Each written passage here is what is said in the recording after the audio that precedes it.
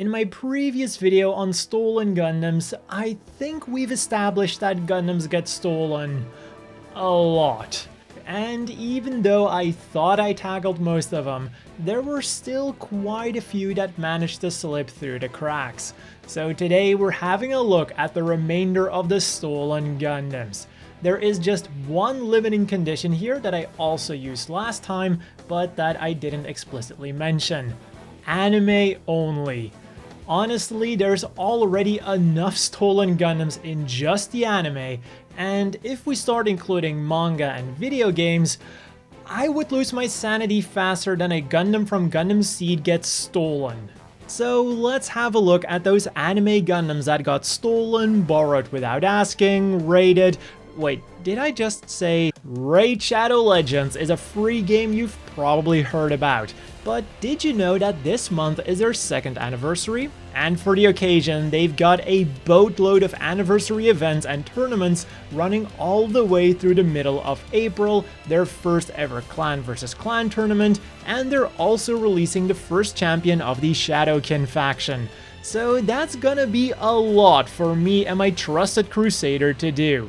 He might not be the most popular option, but you know I'm all about the underdogs. With his ability to attack twice or have one of his buddies help him out, he should not be underestimated. And if you also want to join in on the fun, you can use my link down below or scan the QR code on screen right now and get yourself a free epic champion, the powerful Viking Jotun, who is perfect for the recently released Doom Tower, in addition to 100k silver, 50 gems, and 3 ancient shards to summon even more amazing champions, like my Crusader, to fight by your side.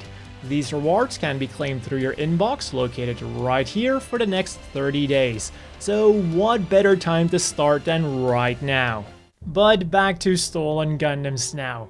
Like the Victory 2 Gundam that was stolen by an enemy pilot that the League Militaire had previously captured themselves. But this time it was actually all according to Keikaku.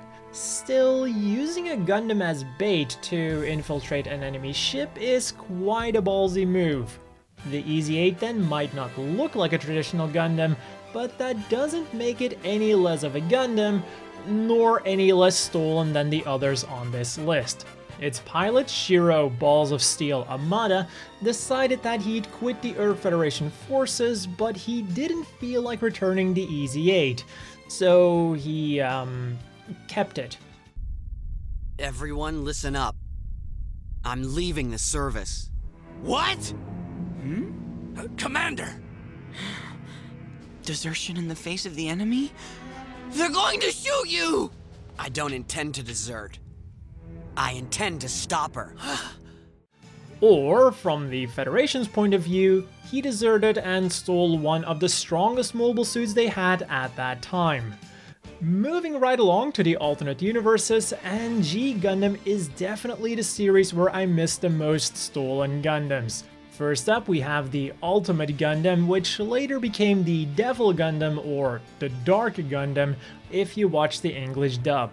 And the interesting thing here is that, in universe, a lot of people thought that the Devil Gundam was stolen and then went around giving other Gundam fighters its abilities With the help of Kyrios! But actually, it was the other way around.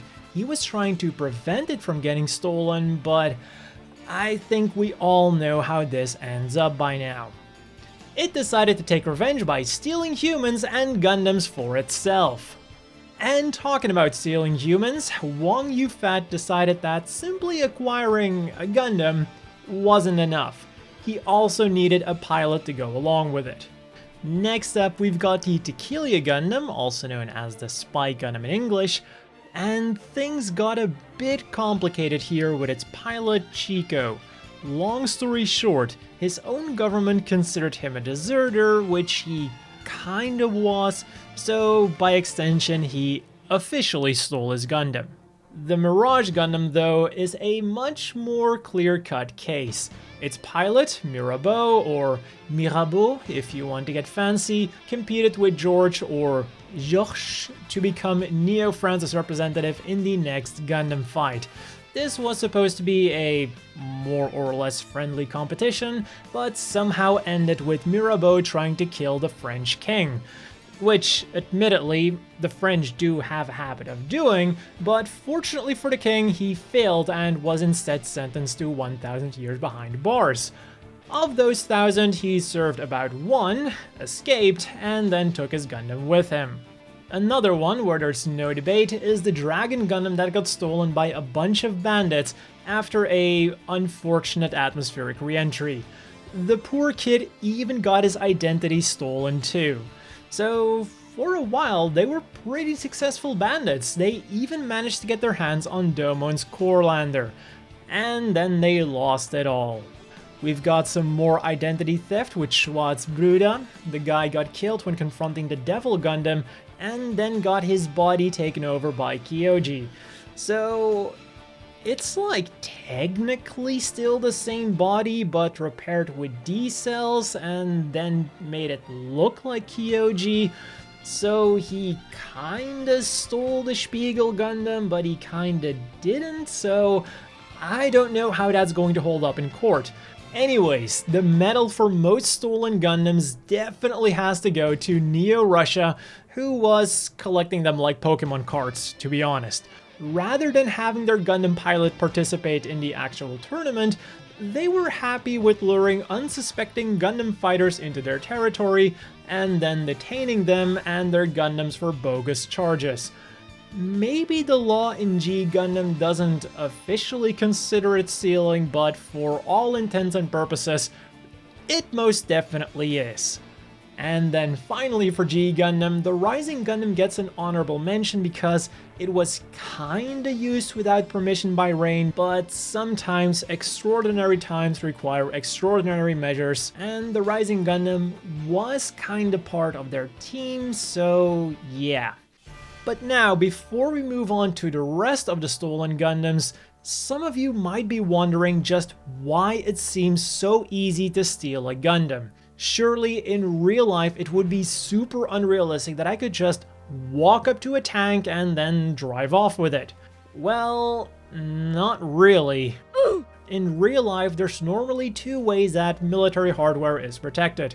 First of all, the base itself is heavily guarded, and no amount of Naruto running is going to get you past that.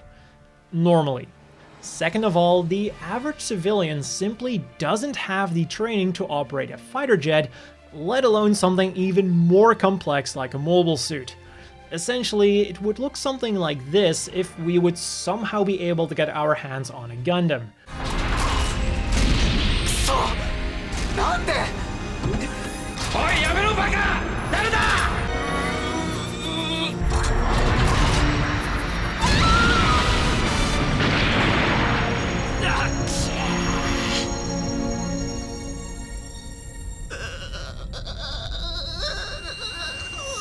Or my favorite example is this scene from Dagram, where they seemingly mock the trope even before it became a trope.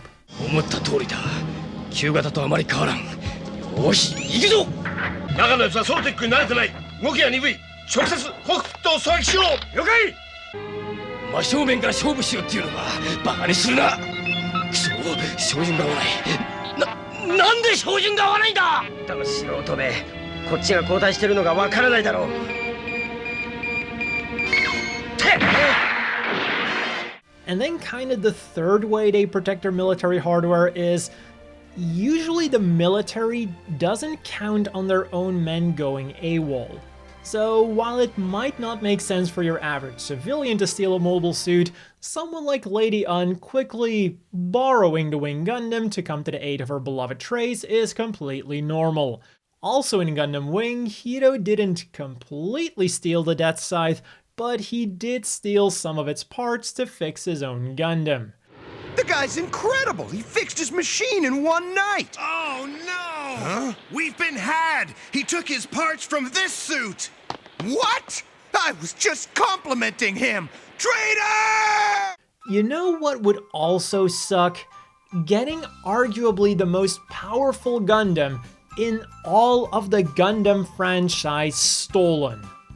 And now imagine just feeling, it happens. about it. On to the Cosmic Era then, and the most mentioned Gundams that I missed here were definitely the Astrays. But to be honest, I had originally dismissed them because they weren't part of the main animated series, but to be fair to the red and blue frame, they did appear in an animated short each, so here's all of them while I'm at it. In short, unbeknownst to anyone else, there were still 5 more Gundam prototypes on Heliopolis, while the Zapped Commandos were busy stealing the main Gundams. And when Heliopolis collapsed then, these were kinda just hanging around for scavengers to pick up. The red frame was acquired by everyone's favorite jungle technician, Lo Gyul, the blue frame was acquired by mercenary Guy Murakumo, the gold frame stayed in Orb's hands and was retrieved by Rondo Gina Sahaku.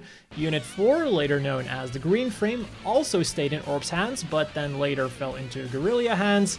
And Unit 5, later known as the Mirage frame, was obtained by Librarian Works as a model kit that they still had to put together.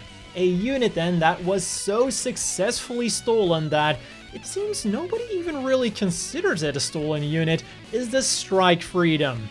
And frankly, we don't actually know how stolen this unit is.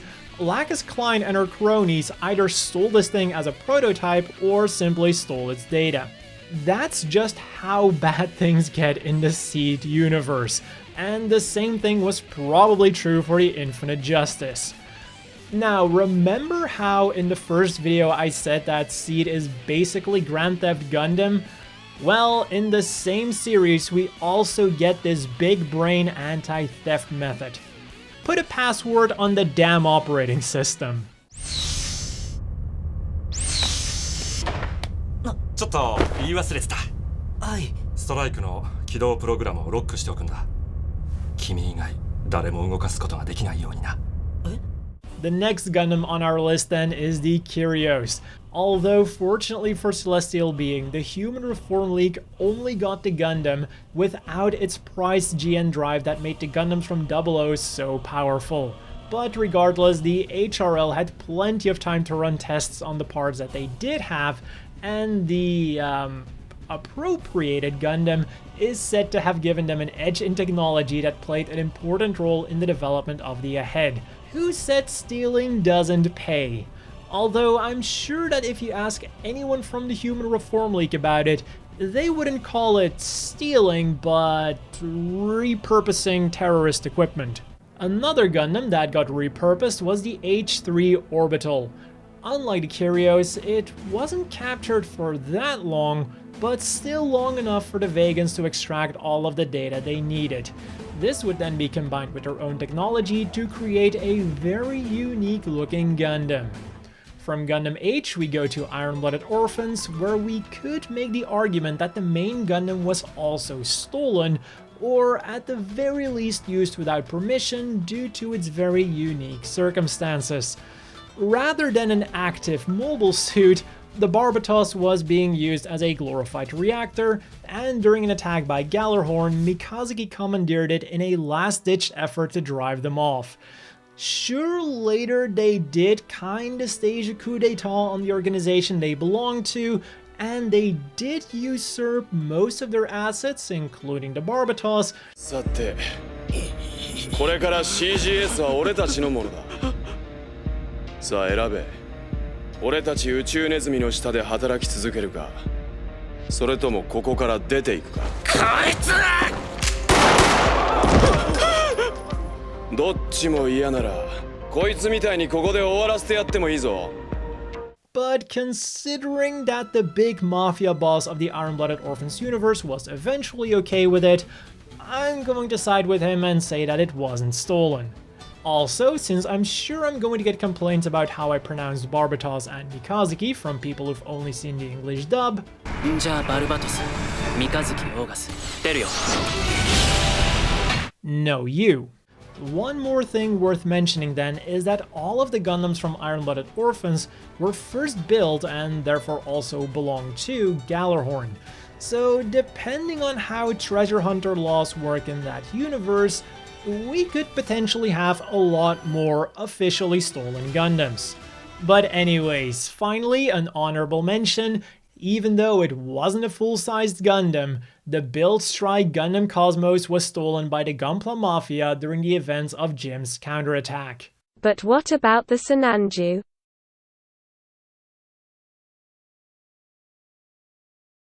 And no, this isn't Gundam Wing. Just because it's made out of Gundarium doesn't make it a Gundam. Machines like the Nemo and the Marasai were also made out of this stuff, and I don't see anyone going around and calling those Gundams. So that has been all for this crazy deep dive into one of Gundam's most persistent tropes. So look forward to part 3 in like 10 years or so. In the meantime, maybe I'll have a look at all of the Char clones. Anyways, if you enjoyed the video, be sure to leave a like and subscribe for more similar content. A big thanks to Raid Shadow Legends for sponsoring this video. Again, links down below. And as always, another big thank you to the Patreon supporters. I hope everyone watching has a great day, and I'll see you all next time.